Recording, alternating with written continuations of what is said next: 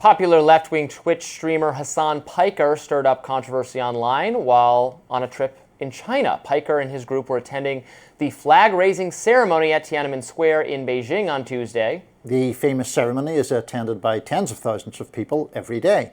During his live stream of the event, Piker said the whole thing was unusual to him, as he described himself as not being a patriotic person. Let's watch. What makes it interesting for me, at least, is like seeing so many people from all around the country literally travel here just to see this. That part is insane. Look how many. Like, I just don't, like, I don't have any sort of patriotism in my heart for America, but just in general. I'm not like a very, I care about people. Yeah. So for me, it's like, it's hard to comprehend. Earlier in the live stream, Piker's crew were stopped by police at the event and were instructed to put away the phone they were using to record. The broadcast then went offline for a few minutes, but when they returned, Piker brushed off the incident. He acknowledged that there are, in fact, limitations on live streaming in China, but said, quote, "It's not as bad as silly Americans imagine it is."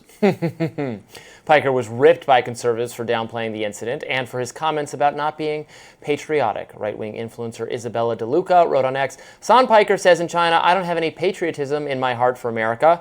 Okay, stay in China then." And popular X-user Drew Pavlu writes, "Hasan is literally pro-CCP. He's defended the Chinese Communist Party in his live streams dozens of times."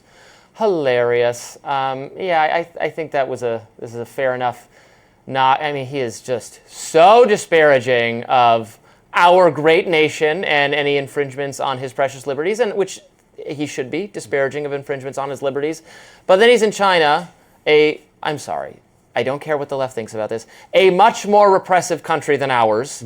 And I don't really think you're the kind of progressive to deny that, so we're not actually going to fight very much here. But you know that there are people who do.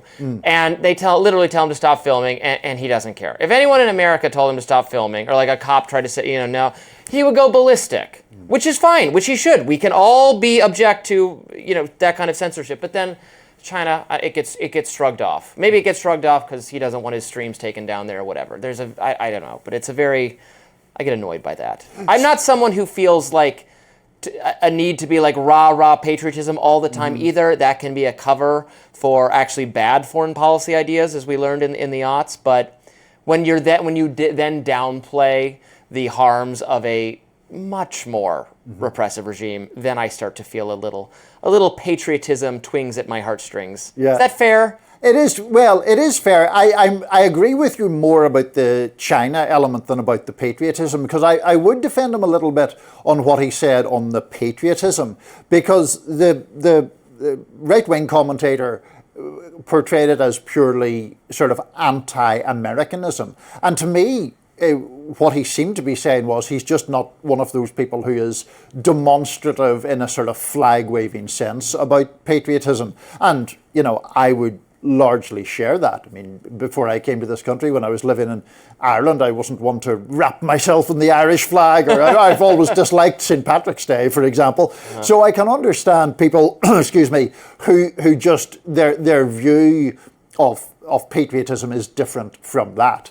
Where I have more common ground with the position you just laid out is that I do think historically, on the very hard fringes of the left, there has been a propensity to romanticize regimes or nations purely on the basis of them being opposed to the United States.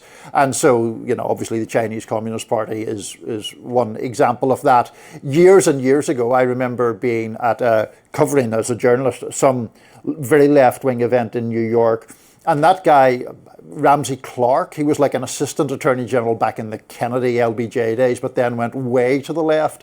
They were talking about North Korea, and it was this sort of thing about, well, it's actually quite peaceful, and don't believe what the media tell you about it. I was like, look, I consider myself, certainly left of centre, but I'm not about to be cheerleading for North Korea or heading over to Pyongyang for a quick tourist trip. And this frankly even happens to some libertarian or otherwise right libertarian people who, because they're against American interventionism, which I agree with, I'm also against regime change and overthrowing foreign governments, But then there's also a need to say, because the American foreign policy was wrong, then they have to go a step further and say, and the regime over there is not as bad as you think it. No, it's every bit as bad as it was said to be. It's just that it's not a good idea for us to illegally or unconstitutionally interfere in what's going on. I mean, we're going through this right now with Venezuela. The Venezuelan regime is awful. And if the people rise up to choose another regime, that is their right. All people have a right to choose their government. They should do that. I don't think we should be overly involved without a declaration of war, and I wouldn't vote for a declaration of war if there was one.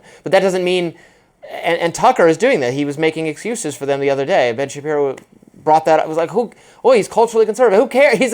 All dictators are culturally conservative in that they shoot their political rivals. I mean, if that's what conservatism is, we don't want to be associated with it. Yeah. So then you just get yourself into this very, well, actually, it's not so bad. Or Russia, look at how nice the grocery stores are. Well, they're showing you the nice one.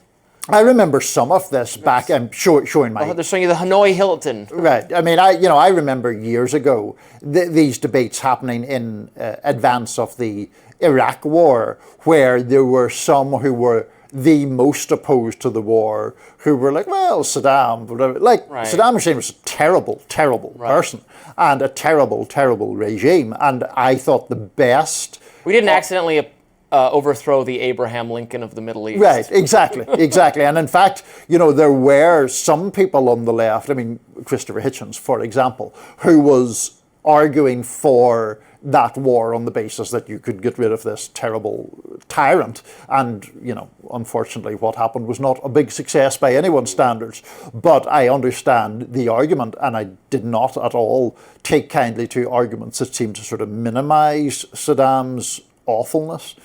So that can be a danger. The point about, also getting back to Hasan Piker, who I would defend in some ways, but the fact that it's in Tiananmen Square, a location synonymous with just the worst and grossest elements of sort of human rights violations and repression, that doesn't help his case much either. Free Hasan Piker's dog.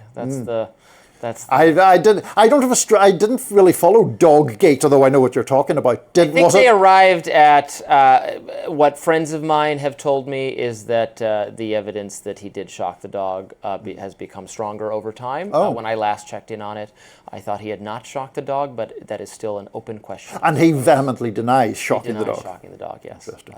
We'll have to get to the bottom of that. More rising still to come. Stay with us.